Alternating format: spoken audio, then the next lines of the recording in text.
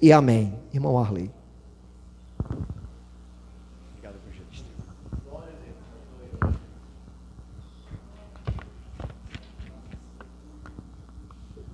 Louvado seja Deus. Já. Beleza, pastor. Queria saudar meus amados irmãos com a graça e a paz do Senhor Jesus. Amém? Amém. Fico feliz, irmãos, em ter recebido o convite para pregar no aniversário da congregação do Siqueira, congregação essa que foi a minha primeira congregação, na qual iniciei como crente anabatista em Fortaleza, e fico feliz em retornar aqui e poder ter esta oportunidade honrosa de compartilhar a palavra de Deus com os meus amados irmãos que estão aqui esta noite, amém?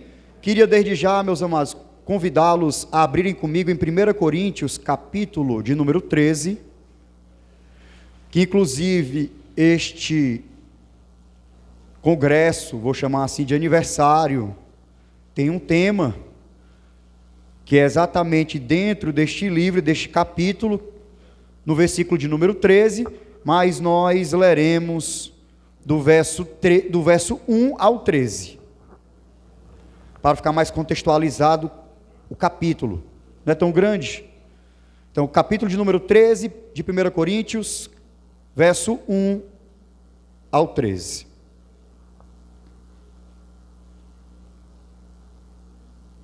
Diz assim, meus amados: ainda que eu falasse as línguas dos homens e dos anjos, e não tivesse amor, seria como metal que soa, ou como sino que tine. E ainda que tivesse o dom de profecia, e conhecesse todos os mistérios, e todo o conhecimento, e ainda que tivesse toda a fé, de maneira tal que transportasse os montes, e não tivesse amor, nada seria. E ainda que distribuísse toda a minha fortuna para sustento dos pobres, e ainda que entregasse o meu corpo para ser queimado, e não tivesse amor, nada disso me aproveitaria. O amor é sofredor, é benigno, o amor não é invejoso, o amor não trata com leviandade ou vanglória, não se ensoberbece, não se porta com indecência, não busca os seus interesses, não se irrita facilmente, não suspeita mal, não se alegra com a injustiça, mas se alegra com a verdade. Tudo sofre, tudo crê, tudo espera, tudo suporta. O amor nunca falha. Mas havendo profecias, serão aniquiladas. Havendo línguas, cessarão. Havendo conhecimento, desaparecerá. Porque em parte conhecemos e em parte profetizamos. Mas quando vier o que é perfeito, então o que é em parte será aniquilado. Quando eu era menino, falava como menino, sentia como menino, pensava como menino, mas logo que cheguei a ser homem, acabei com as coisas de menino. Porque agora vemos por espelho em enigma, mas então veremos face a face. Agora conheço em parte, mas então conhecerei como também sou conhecido. Verso de número 13, que é o tema do congresso. Agora, pois, permanecem a fé, a esperança e o amor. Estes três, mas o maior destes é o amor. Amém, irmãos?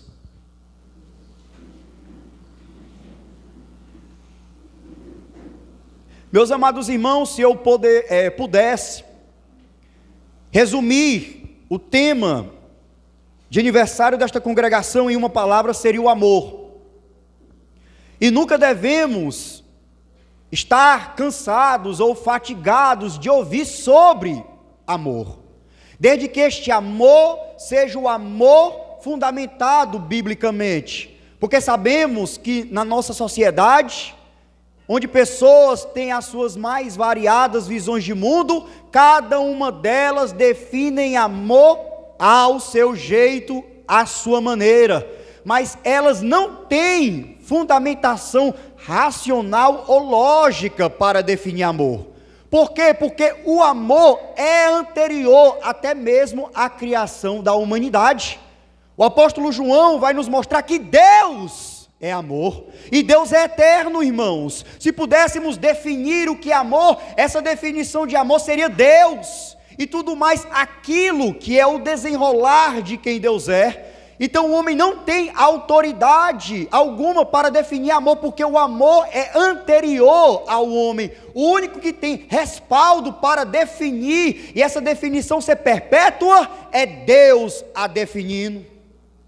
Então Deus é amor. E nós sabemos que o amor, ele deve ter um alvo. Quer seja nós mesmos, quer seja o próximo. Mas antes de existir os homens, se Deus é amor e o amor tem um alvo, quem era o alvo do amor de Deus? Ele mesmo. Nós conhecemos pela Escritura que Deus são 3 pessoas e uma divindade.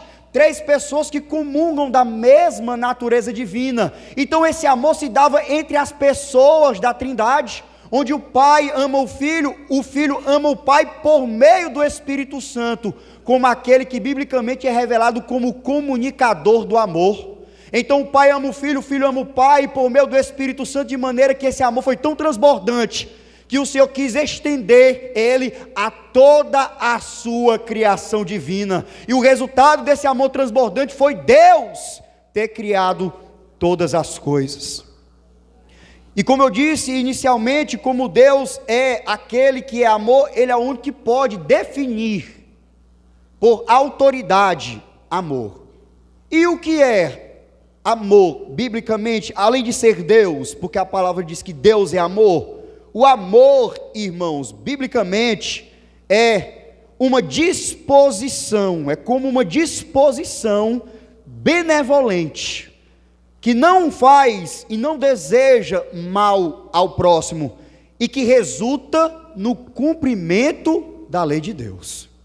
Não há como definirmos amor colocando de lado a obediência aos mandamentos de Deus, porque o amor é essa disposição que nos leva a cumprir a lei de Deus. Por isso, quando estivermos pregando por aí afora, e as pessoas quiserem nos amedrontar, dizendo como vocês pregam essa mensagem de ódio, se vocês dizem que amam e que o Deus de vocês é amor, tenham em mente que os tais estão definindo o amor de uma maneira antibíblica, que não a bíblica, porque se nós amamos os pecadores, vamos convidá-los a guardar os mandamentos de Deus. Aquele que ama, irmãos, vai levar o próximo a guardar a palavra de Deus. Se ele se ama, ele buscará encorajar a si mesmo para guardar a palavra de Deus. Não há como nós separarmos o amor de Deus, o amor ágape, o amor bíblico dos mandamentos de Deus. Por isso em Romanos capítulo, meus amados irmãos, de número 13, verso de número 10, diz assim o apóstolo Paulo, Romanos capítulo de número 13, verso de número 10, o amor não faz mal ao próximo, de sorte que o cumprimento da lei é o amor. Ou seja, não há como você dizer que ama o seu irmão, que você ama a Deus, que você ama o pecador, se você não tiver uma disposição para levar essas pessoas à obediência à lei de Deus. João vai dizer, narrar, onde Jesus Cristo diz que aquele que o ama, guarda os seus mandamentos. O apóstolo João, lá na sua primeira epístola, vai dizer que aquele que diz que ama a Deus e não guarda os seus mandamentos, o tal é mentiroso. E eu quero vos dizer, irmãos, algo que pode ser até estranho para muitos aqui, espero que não, mas os únicos capazes de amar desta maneira são aqueles que foram regenerados. O ímpio não pode amar desta maneira. Biblicamente, nós podemos ver que há várias formas de amor, posso assim dizer, não no sentido ímpio ou mundano, mas existe o amor eros entre um homem e uma mulher, existe o amor estorgé, que é o amor de amizade, de um amigo pelo outro, e existe o amor ágape, que é o amor de Deus por nós, e que Ele derramou aos nossos corações pelo Espírito Santo. É este amor que o ímpio não pode ter, porque se foi derramado pelo Espírito Santo, só aqueles que têm o Espírito de Deus é que podem amar desta maneira.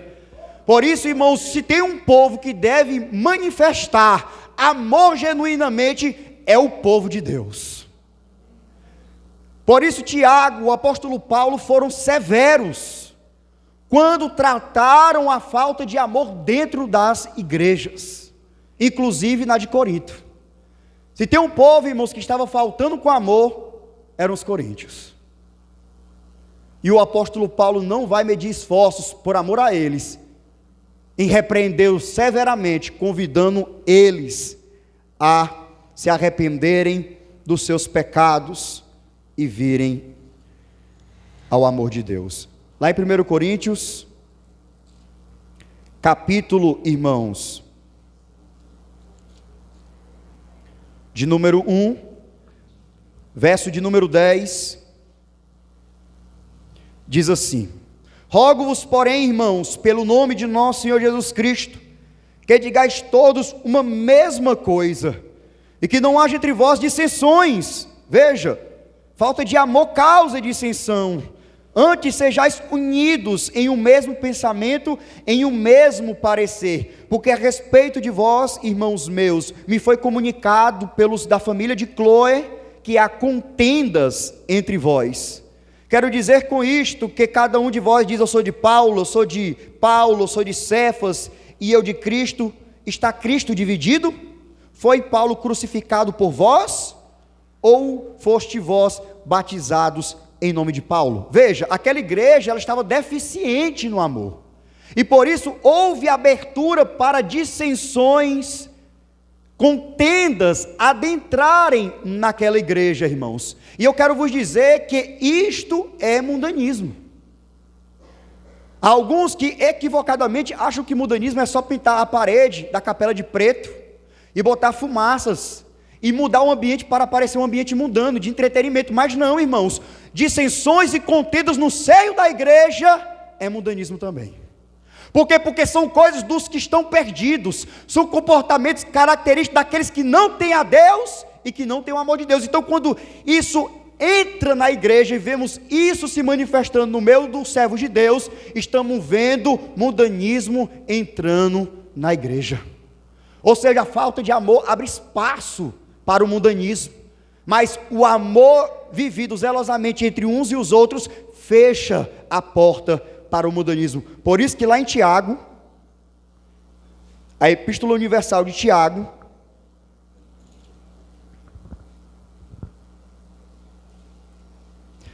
capítulo de número 4, Tiago vai mostrar claramente que esse tipo de comportamento é comportamento mundano, daqueles que têm dado lugar à carne e não ao Espírito de Deus. Tiago capítulo 4, verso 1 diz assim: de onde vêm as guerras, veja, e pelejas entre vocês? Porventura não vem disto, a saber, dos vossos deleites, que nos vossos membros guerreiam?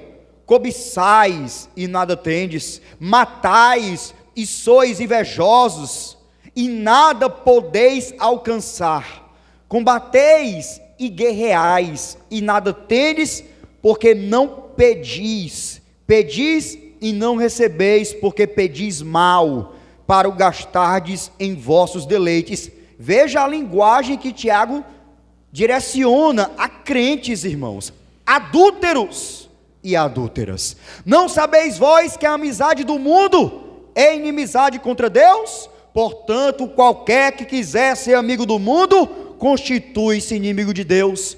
E o que foi que caracterizou aqui aqueles crentes, aqui é direcionado essa carta, como amigos do mundo?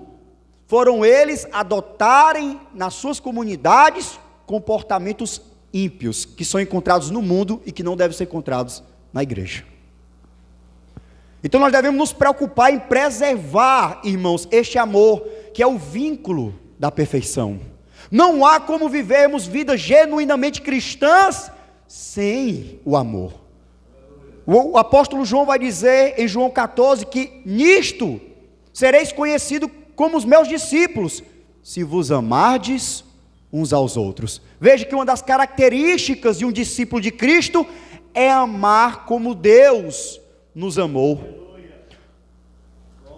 Por isso o mesmo apóstolo João, na sua primeira epístola, capítulo de número 5, verso de número 1, vai dizer: todo aquele que crê que Jesus é o Cristo, é nascido de Deus, e todo aquele que ama ao que o gerou, também ama ao que dele é nascido. Nisto conhecemos que amamos os filhos de Deus, quando amamos a Deus e guardamos os seus mandamentos, porque este é o amor de Deus, que guardemos os seus mandamentos, e os seus mandamentos não são pesados, porque todo que é nascido de Deus vence o mundo, e esta é a vitória que vence o mundo, a nossa fé. Então veja, que nós sabemos que nascemos de novo, ou como dizer em capítulos anteriores, que passamos das trevas para a luz, quando amamos os irmãos. A Bíblia diz que aquele que odeia a seu irmão, ainda está em trevas. Irmãos, o amor deve ser uma característica tão destacada e tão notória entre o povo de Deus, que João utiliza isso para definir quem nasceu de novo e quem não nasceu. Há muitos que se preocupam em ter manifestações espirituais de dons, de maneira extraordinária, e deve buscar com zelo isso. Mas eu quero vos dizer uma coisa: você pode até ser usado com dons, mas se você não tiver amor, é como sino que tine, é como um metal na qual você bate nele e ele transmite um som que é ininteligível, que não presta para nada, que não tem utilidade nenhuma. E isso foi o que se manifestou na igreja de Corinto. Lá tinha todos os dons, diz o apóstolo Paulo, porém sem amor. Qual foi o resultado? Os dons que deveriam ser utilizados para edificar o próximo, estavam sendo utilizados para a própria vanglória. Estava descumprindo o seu propósito. Havia manifestações sobrenaturais, mas não cumpriu o propósito de edificar o próximo. Buscava-se através deles vanglória. Veja, quando o amor não acompanha o poder de Deus, ele destina-se à vanglória daquele que é usado, quando deveria ser destinado à edificação do meu próximo. Por isso, irmãos, o apóstolo Paulo enfatizou a importância do amor naquela igreja de Corinto, que apesar de ter dons, precisava mais ainda ter o amor de Deus desenvolvido em seus corações. Por isso, no versículo 31 do capítulo de número 12, o apóstolo Paulo diz, verso 31 do capítulo de número 12 de 1 Coríntios: portanto, procurai com zelo os melhores dons, e eu vos mostrarei um caminho mais excelente. Veja que alguns, que creio eu, têm uma raiz de incredulidade no coração, aproveita-se desse texto para desencorajar os dons espirituais. Como muitas diziam assim: não adianta ser usado com dons se não tem amor naquele lugar. O que adianta ser usado com dons se tu não ama a tua mulher, não trata bem a tua mulher? Então eles usam a falta de amor para apagar o Espírito Santo naquele lugar. Mas não foi o que o apóstolo Paulo fez. O apóstolo Paulo, pelo contrário, se os irmãos estavam sendo usados com dons sem amor, eu vou encorajar muito mais eles agora a buscar os dons, mas também o amor que vos falta. Por isso ele vai dizer: procurem com zelo os melhores dons. Ele não desencoraja a busca dos dons por falta de amor, não. Ele incentiva a busca dos dons, mas também diz que há um caminho mais excelente do que os dons, que é o amor, que ele vai discorrer no capítulo de número 13.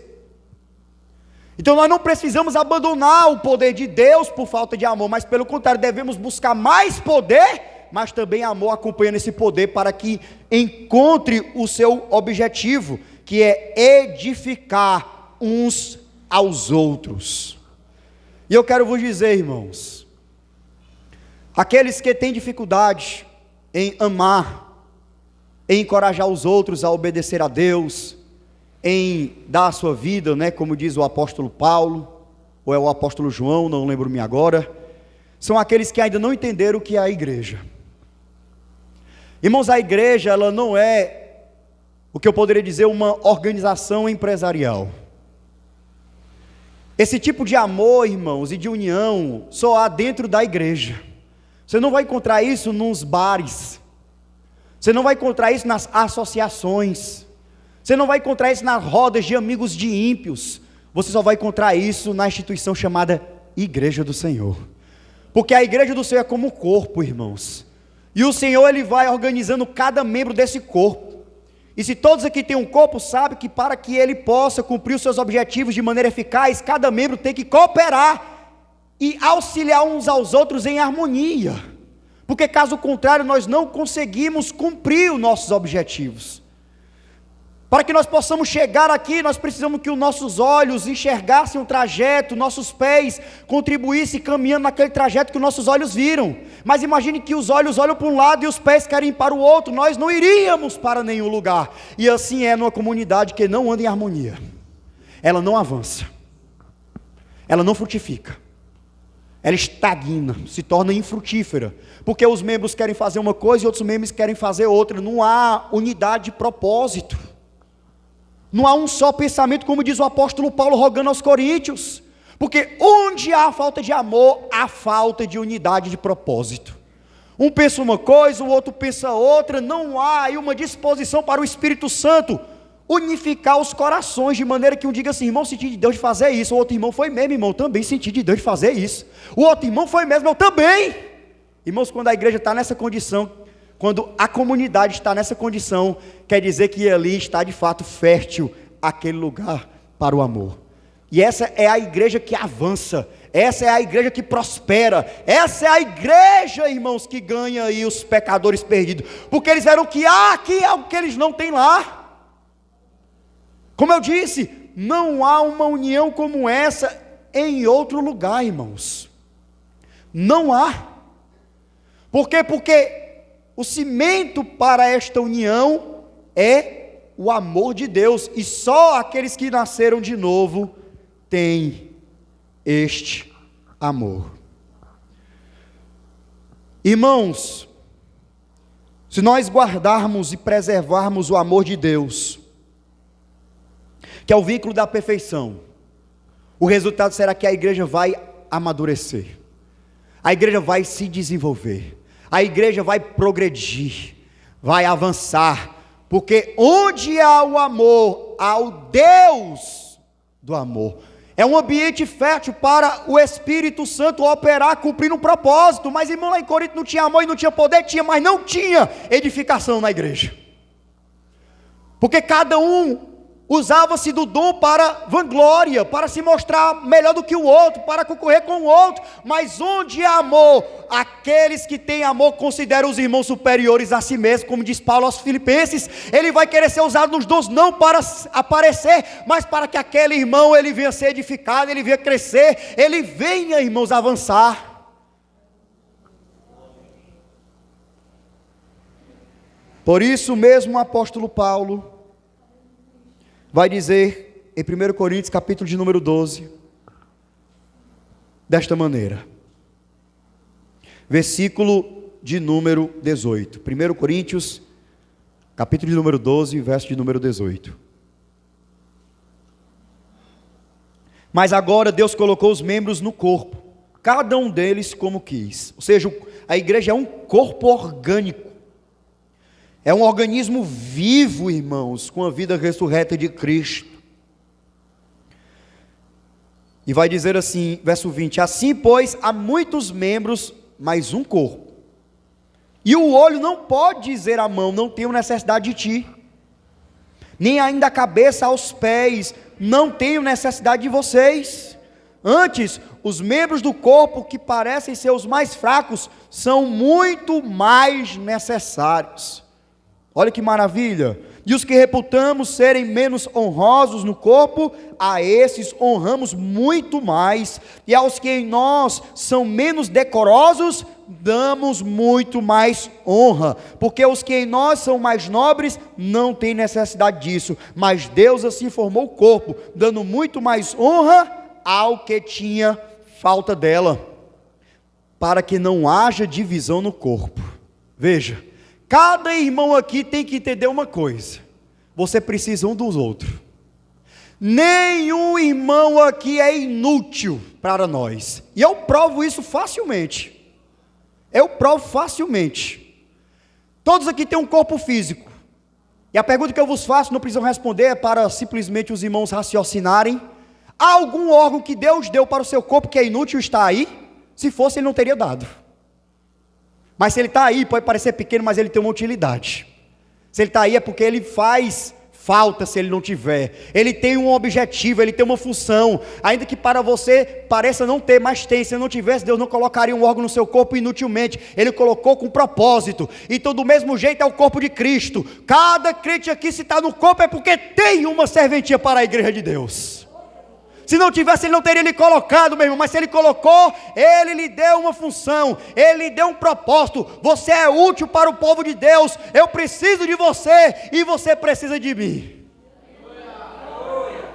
Se não fosse assim, ele não teria colocado no corpo. Deus não coloca nada no nosso corpo físico sem utilidade, muito menos colocaria no corpo de Cristo, meus irmãos. Oh glória, oh Jesus maravilhoso. Por isso vocês não precisam, irmãos, almejarem algum dom ou alguma posição que o Senhor deu para o teu próximo, que Ele não deu para ti, porque onde Deus lhe colocou, você é útil onde Deus lhe colocou.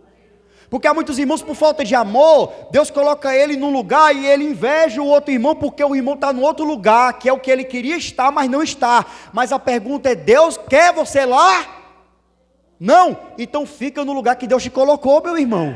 Porque se Ele colocou é porque você é útil aí. É como o olho querendo ser mão. Olha, eu enxergo, mas não pego em nada. Mas sem um olho, a mão não enxergaria para pegar. Ou seja, fique onde Deus lhe colocou. Onde Deus lhe colocou é onde você é útil. Se Ele colocou olho no nosso corpo, o olho tem uma função. Colocou a mão tem uma função. Agora, se as mãos quisessem virar olho, como pegaríamos nas coisas? E se os olhos quisessem virar mão, como enxergaríamos? O que eu quero vos dizer é uma coisa: onde Deus lhe colocou, da forma como Ele lhe colocou, na função que Ele lhe colocou, é que você vai abençoar a igreja de Deus. Agora, quando há, irmãos, a falta desse amor, a inveja, porque o apóstolo Paulo diz que esse amor de 1 Coríntios 13, ele não inveja, mas se não, esse amor não está sendo cultivado, não está sendo desenvolvido como um dos aspectos do fruto do Espírito de Gálatas, nós podemos, por não vigiar, dar lugar à inveja.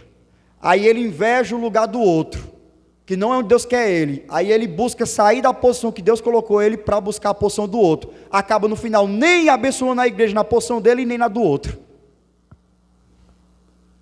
Ou seja, você está contribuindo para que a igreja tenha um andar mais lentamente na santidade. Onde você está, onde Deus lhe colocou, é onde você vai ajudar a igreja a amadurecer, irmãos. É onde você vai contribuir para a igreja crescer à imagem da estatura de Cristo. Então busque ficar no lugar onde Deus lhe colocou. Não inveje seu irmão. Você é tão útil quanto ele. E o próprio Paulo diz, inspirado pelo Espírito, aqueles que na qual nós damos menos honra, é aqueles que mais Deus honrou. São aqueles que mais Deus honrou. E não se surpreenda quando chegar ao tribunal de Cristo, onde você vai olhar aquele irmão que pregava, tinha um ministério maravilhoso. Aí você olha para o galardão daquele irmão e acha grande. E aquele irmão que vivia no anonimato tem um galardão maior que o dele. Aí você vai ficar surpreso: mas como? Ele não fez nada para não ser visto. Mas Deus conhecia ele nos bastidores, intercedendo pela igreja, intercedendo pelo pregador que ia pregar. A glória desceu e todo mundo achava que era o pregador, mas tinha gente orando, meu irmão. Tinha gente intercedendo para que a glória descesse. Esses não foram vistos por vocês nem por mim, mas Deus os viu. E nesse lugar eles abençoaram uns aos outros. O céu se abriu porque ele orou, porque ele intercedeu. Se você sair daqui dizendo: irmão, que maravilha, agradeça aqueles que oraram por mim, para que Deus falasse neste lugar. Tiveram irmãos que não vieram esta noite, mas mandaram uma mensagem para mim dizendo: irmão, vai ter grupo familiar hoje lá, eu vou pedir para Deus lhe usar lá, eu vou orar e vou pedir para os irmãos orarem por você lá. Eu disse: amém, meu irmão, graças a Deus por isso.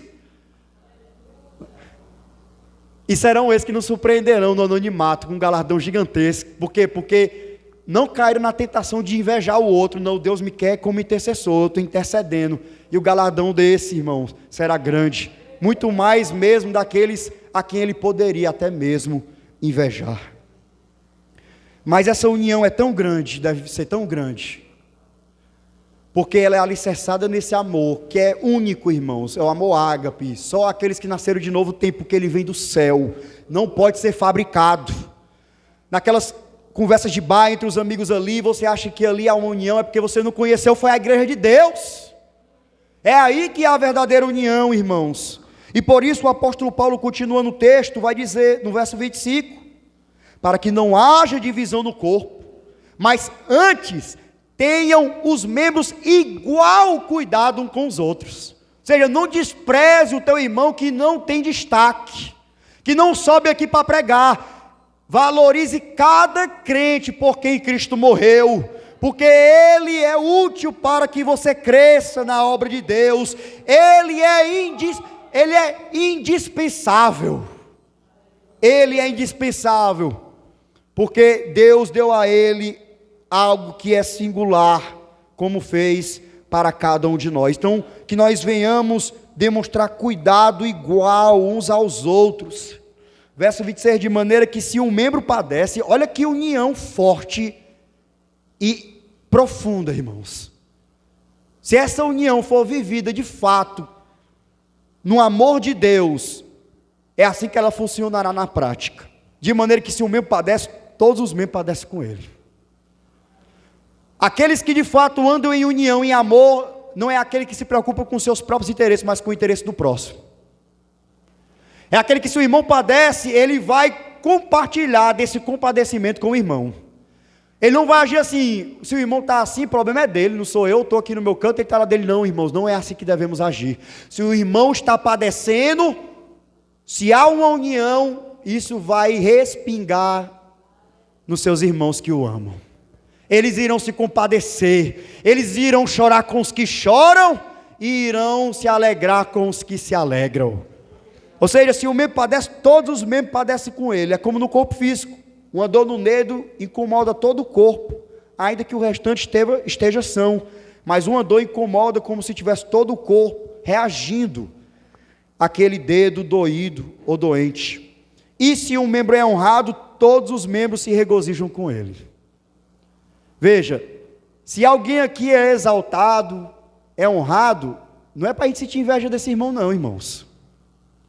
É para a gente se alegrar com ele. Glória a Deus, irmãos, que Deus está lhe exaltando. Glória a Deus porque você está tendo oportunidade da parte de Deus de crescer na obra e abençoar a igreja. Irmão, não devemos ter inveja se nossos irmãos estão crescendo, estão prosperando, estão avançando, porque estamos no mesmo time, irmãos. Estamos no mesmo corpo, no mesmo barco, na mesma batalha contra o maligno. Não devemos estar competindo um com os outros, não. Se um crente avança, a igreja vai ganhar com isso. E se estamos no mesmo time, nós queremos é que o povo de Deus avance mesmo. Se o irmão for abençoado, glória a Deus, irmão, que tu seja mais para que a igreja avance. Se tu está sendo usado por Deus, que seja mais para que o reino de Deus avance. Não devemos ter inveja.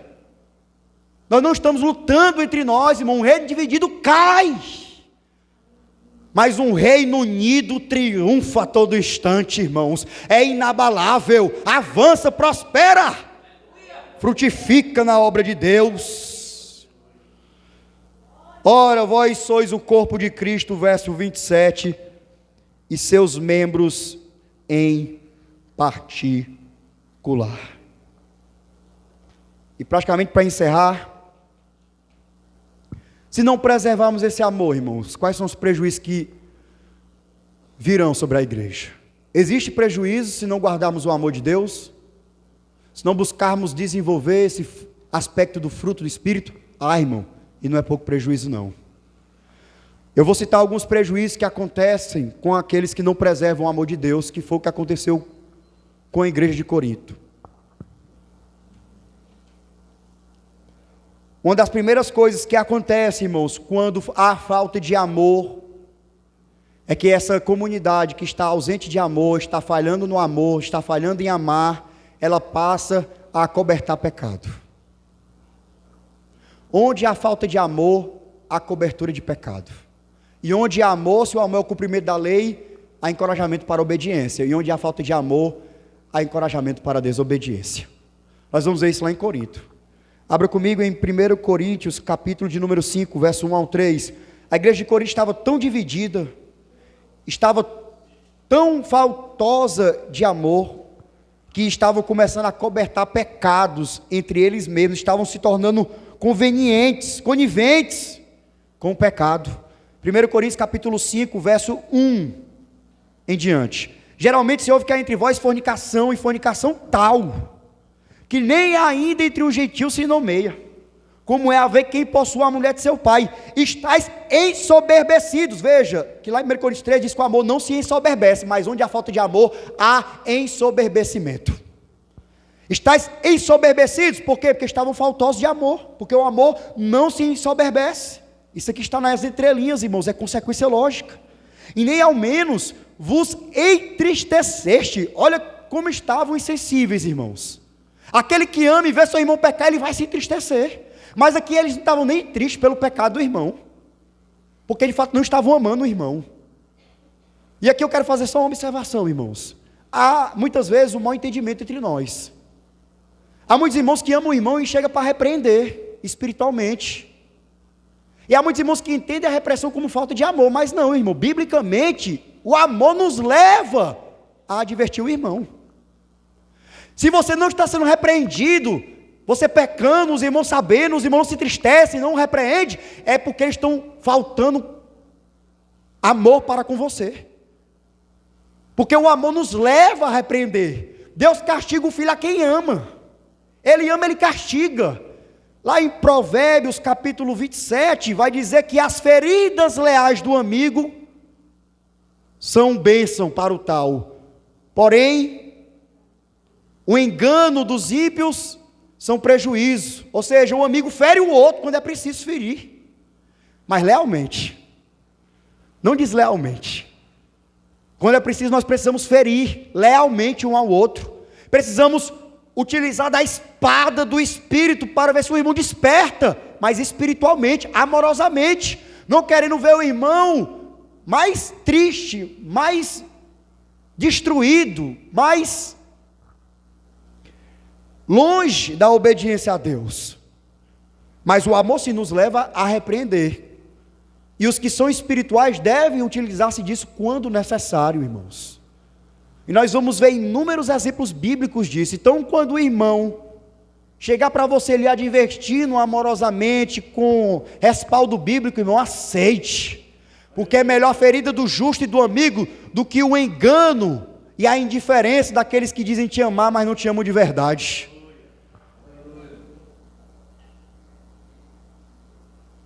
Aí veja, eles estavam ensoberbecidos, não se entristeciam, por não ter sido dentre vós tirado quem cometeu tal ação. Aí ele vai dizer que eu, na verdade, verso 3, ainda ausente no corpo, aí ele vai determinar uma disciplina, irmãos, para aquele irmão faltoso. E Paulo não fez isso porque faltou com amor para com ele, não, mas é porque ele amava aqueles irmãos. Os de Corinto é que estavam faltando com amor, estavam ensoberbecidos, nem se entristeciam, e o pecado estava rolando à solta na comunidade. Veja, quando há falta de amor, há brecha para o pecado ser cultivado na igreja sem reação de nenhum crente. Onde ensoberbecidos e entristecidos são coniventes com isso. Por isso devemos ter cuidado para preservar esse amor, para que o pecado não tenha vez e não se torne um hábito comum entre o povo de Deus. Como eu citei anteriormente, outro prejuízo é que aqueles que faltam com amor, eles abrem brecha para o mundanismo entrar na igreja. Então, aqueles que faltam com amor, eles abrem brecha para dissensões, contendas, calúnias, e tudo isso é, na visão de Tiago, como nós lemos, mundanismo, amizade com o mundo que constitui-se o tal inimigo de Deus. É uma forma de adultério espiritual. Quando o crente assim faz, ele está traindo o Senhor. Ao invés de ser amigo de Deus e buscar andar como Deus lhe ensinou, ele busca andar como o mundo, como outrora ele andava, e assim ele trai o Senhor espiritualmente. Então, quando há falta de amor, outro prejuízo que vem sobre a igreja é que ela abre as portas para o mundanismo. E para encerrar, irmãos, uma terceira coisa acontece quando nós faltamos com amor. A unidade do corpo de Cristo ela é destruída, ela é enfraquecida. E eu vou dizer para os irmãos, Deus não trata aqueles que promovem isso com leviandade, não. Abram comigo em 1 Coríntios capítulo de número 3, verso número 16 e 17. Quando não cultivamos o amor, deixamos o amor não ser algo comum entre nós, não praticamos, não cultivamos, nós contribuímos para o enfraquecimento da unidade daquela comunidade. E esta unidade, irmãos, sendo destruída, enfraquecida, Deus tratará os tais com severidade, se não se arrependerem. 1 Coríntios capítulo 3, verso de número 16 e 17. Não sabeis vós que sois o templo de Deus, e que o Espírito de Deus habita em vocês? E aqui eu quero fazer uma observação. Nós individualmente somos templo, mas em comunidade também. A Bíblia vai dizer que cada crente é como uma pedra viva que vai construindo um edifício, onde Deus habita dentro.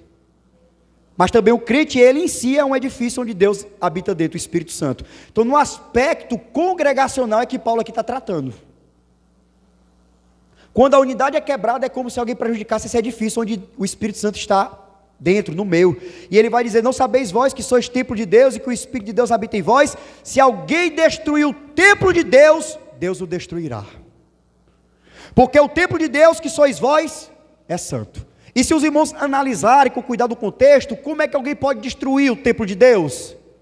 Através de dissensões, contendas. É só ler o capítulo 3, capítulo 4, capítulo 2, aqueles que estavam promovendo dissensões, contenda, estavam prejudicando o templo de Deus, estavam contribuindo para a destruição do templo de Deus, e Deus disse: eu os destruirei.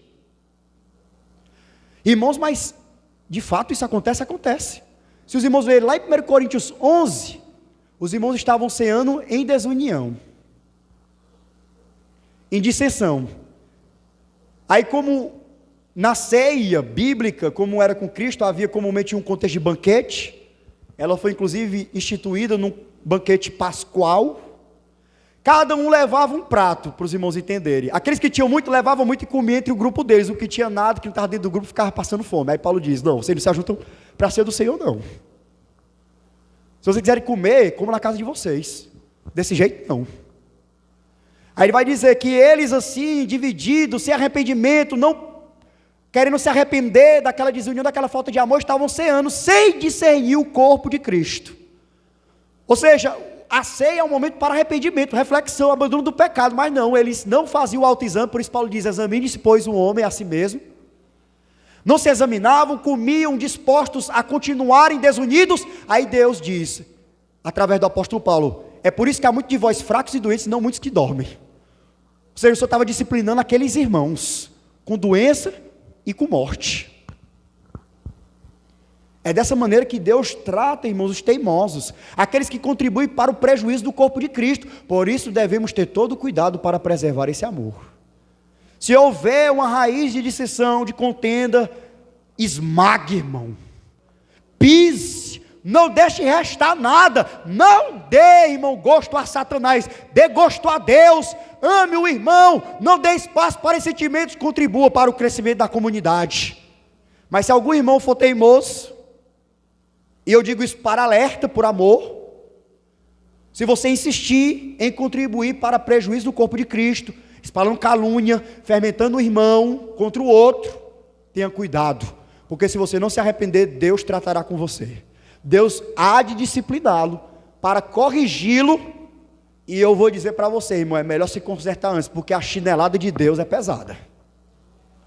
A chinelada do nosso Pai é pesada, visando o nosso bem, contribuindo para a nossa santificação. Mas se você não precisa passar por ela, pela disciplina, se corrija antes. Não insista na teimosia. E você se arrependendo, se examinando, reconhecendo, pedindo perdão ao irmão, não querendo mais dar lugar àquilo que é mundano, você vai estar contribuindo para que a igreja cresça e se desenvolva. Então esse seria, irmãos, o terceiro prejuízo. O primeiro seria, só para que os irmãos fixem em sua mente, o primeiro prejuízo seria que a igreja faltosa de amor, ela torna-se negligente para com o pecado. O segundo prejuízo é que uma igreja faltosa de amor ela abre espaço para o mundanismo, através de comportamentos iníquos, de contenda, divisões, calúnias e etc. E o terceiro prejuízo para a igreja é que aquele que falta com amor, ele contribui para o prejuízo do templo de Deus, que somos nós, e o Senhor tratará com eles severamente, se não se arrependerem. E então eu queria encerrar, irmãos, lendo 1 Coríntios capítulo 13, versículo de número 13, que é o tema de aniversário do Siqueira, e eu encerro com esse texto. Agora, pois, permanecem a fé, a esperança e o amor. Estes três, mas o maior destes, irmãos, é o amor. Então vamos contribuir para aquilo que é o maior destes, e a igreja só ganhará com isso, e essa é a vontade de Deus e deve ser também a nossa. E eu espero que os irmãos tenham entendido, tenham sido de alguma maneira abençoados, e que toda a glória seja dada a Deus, porque Ele é a fonte de todo esse amor. Pastor Edmilson.